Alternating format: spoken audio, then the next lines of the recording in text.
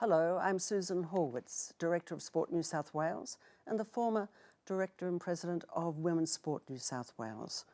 Today, I'm talking to Peter Tonagh, the CEO of Foxtel and the former CEO of News Limited. This is the second in a series of podcast conversations with leaders in the corporate and the sport world, focusing on their lightbulb moments about leadership and equality on and off the field. Welcome, Peter. Thanks, Susan. Let's start by reflecting on the two of the big companies that you've led and headed, News and Foxtel, and now Foxtel. They both operate in an industry that's faced and continues to face enormous disruptive change. How would you describe that change? Do you feel the changes have been beneficial? And have they helped you foster innovation? Thanks, Susan. It's a really interesting question because throughout my career, I've always tended to work in organisations that are facing disruptive change. And I think the exciting thing about our industry is we do face disruptive change. And I'm not the sort of person who enjoys working in a very stable, very steady environment. So I think with change clearly comes challenge. But the challenge is really the great thing about working in an industry like the media industry, where I've spent much of my career. So your job is always going to be immersed in disruption. Will there ever be an end to it, do you think? Well, I think we always think there will be. We always talk as though there will be. And yet I think each year that passes, we say, gee, the year has changed faster than any other year I've seen. I don't see an end to it at all. I think disruption is the new norm for industries like ours. And it increases the importance of us being much more adaptive, much more agile, and much more able to basically pick the trends in the market and move quickly with those trends. So given your experience, what have you found to be effective and what have you learnt to definitely avoid in leading a company?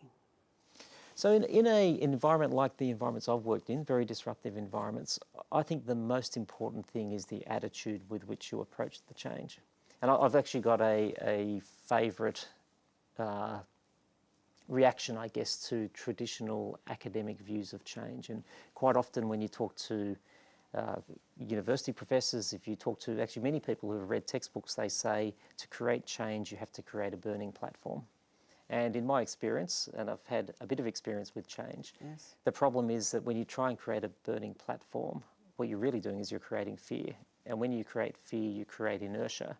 And inertia is the very thing you're trying to avoid when you're trying to drive change. And so I've always had a philosophy that in an organisation you have to create a burning desire.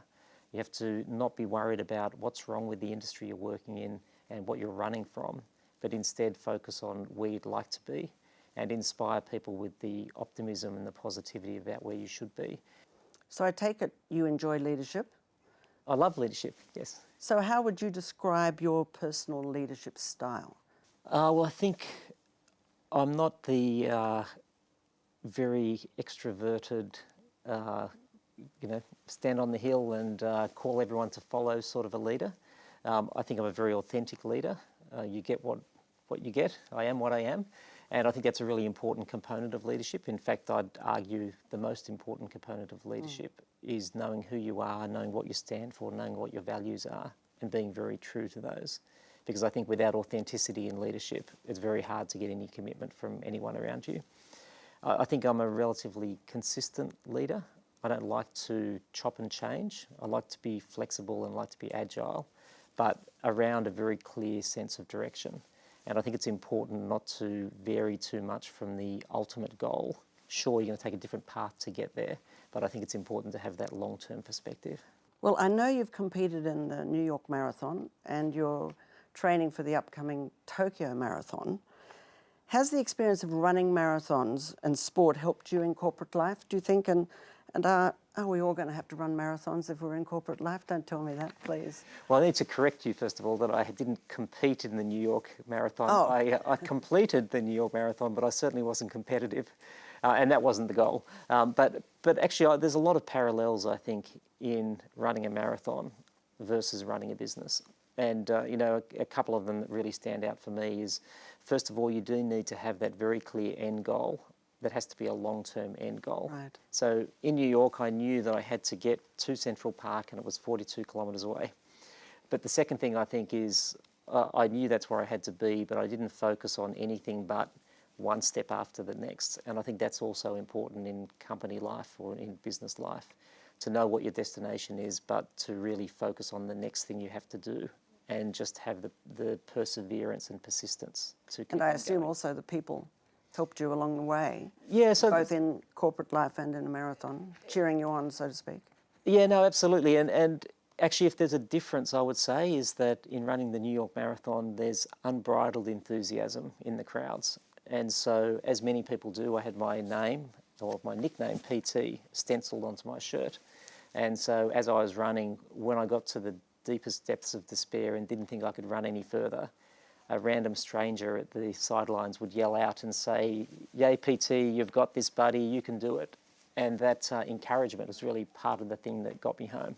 I think you could, in some ways, contrast that with corporate life, where it's more likely there'd be someone on the sidelines saying, "Gee, mate, I wouldn't run that way if I were you. I'd change your style," or "You're looking a bit tired, why don't you jump out and I'll jump in and replace you?" So there are some parallels and there's some differences.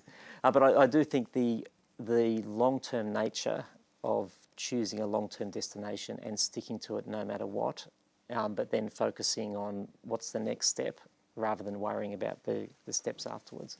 Oh, good. Now, why do you think gender equality is so slow to be adopted in this country? Get to some nitty-gritty there. How have you and your organisation actively embraced diversity and gender equality at Foxtel? So I'd start by saying I'm a little puzzled as to why it's so slow. And I think I'm also a little puzzled as to why so much effort has to go into it. I know it does have to, but I'm not sure the underlying driver of it. And what I'd say is when I was at News Corp, my executive team was roughly 50-50 male-female, and it was something I was very proud of. But the reason I was proud of it was that it's not what I set out to have. It's just naturally the talent that were working in the organisation happened to end up to be about 50-50 male-female. And I think that naturalness is quite important. I'm personally not a fan of artificial quotas. I'm a big fan of goals and aspirations and seeking to end up with a position of diversity. But I think it has to be where the best people get the role. I did, when I was working in a consulting firm, I ran recruiting for a while, and I did a lot of work on understanding why our mix of recruits was 20% female, 80% male. And I found that a fascinating learning for me, and I did a lot of research on it. And the things that we changed to shift from 20/80 to 50/50 were some of the most simple things you could imagine. And to give you a simple example, we used to write letters to all of the students and say, "Are you in the top 5% of your cohort group? If you are, then this could be a career for you." And a bloke would look at it and say, "Top 5, actually I'm in the top 50, that's good enough, I'll give it a go and apply." And a female would look at it and say, "Top 5, actually I'm only the top 6, but not the top 5, so I'll never be considered." And just changing the language in the way in which we approached the students to try and encourage them to apply made a big difference. And so I think the level of consciousness has improved very significantly since that time, probably 20 years ago. But I think also there's a greater ability to consider people on their merits rather than have to have preconceived ideas when it comes to promoting people. So as a media organisation, selling to Australian consumers, we've got a very, very diverse group of customers, and it's incumbent on us to make sure that our management team matches that diversity. And what that means to me is it's important to me that on my executive team I've got people who've got families. It's important to me that I've got females and males. It's important to me that I've got a good mix of people from different sexual preferences, from different ethnicities. I think in our executive team, we do a reasonably good job of that, and the big challenge for us is much less, I think, around gender and much more around ethnicity and making sure we get fair representation. So we've all waited a long time for women's sport to start to get the visibility. And it's now really starting to happen, as Fox Sports knows only too well. In corporate life, chief executive women and male champions of change, for example, would attest that women's wages in the executive suites are still not comparable. How long do you think it will take women in sporting teams to become fully professional and to earn decent dollars? We're obviously major supporters of female sports. We've committed to broadcasting every game of the AFL Women's League. We have committed to broadcasting games from the A-League, the Women's A-League, for example, W League. And I think we're actually at a point in the development of Australian sport that we're on the verge of female sports becoming much, much more mainstream than they have in the past. I think the success of the rugby sevens team at the Olympics, I think the success last weekend of the launch of the AFLW, where audiences were massive, I think, and way beyond what people expected, both in terms of attendance and viewing audience. I think it represents a really watershed moment in terms of the recognition that female athletes are extremely good, they're extremely fit, they're extremely athletic, and they can play as competitive a game as anyone else can. And so I wouldn't want to comment on the time frame because I just don't know enough about it. But I think when you see that surge of popularity, I think it says a lot about the positive future for women's sport. How, in your view, has the role of the CEO changed? And how do you see it defined in the future? So I'd have to say my observation would be that the nature of CEOs seems to have changed over certainly the time that I've had my career. I think CEOs previously have probably been a little more high profile, a little more outgoing, in some ways a little more outrageous and strong in their very defined views. And they've probably had more of a, let me lead the company by ensuring everybody knows what they have to do. Whereas I think as most industries have gone through much more disruption, I think the role of the CEO has changed much more dramatically towards a more supportive and coaching style role, where certainly I see my role is absolutely to help to set the direction for the company, to help to provide the positivity and the optimism about why it's worth heading in that direction, to keep the organisation on track and make sure we don't deviate too much from that direction. But beyond that, it's to appoint the right people, to develop those people, and then leave them to get on with it. I think the world's far too complex now for any individual CEO to have all the answers. And so I think the reliance now on a very effective executive team to engage with the organisation and get the ideas from the organisation is paramount.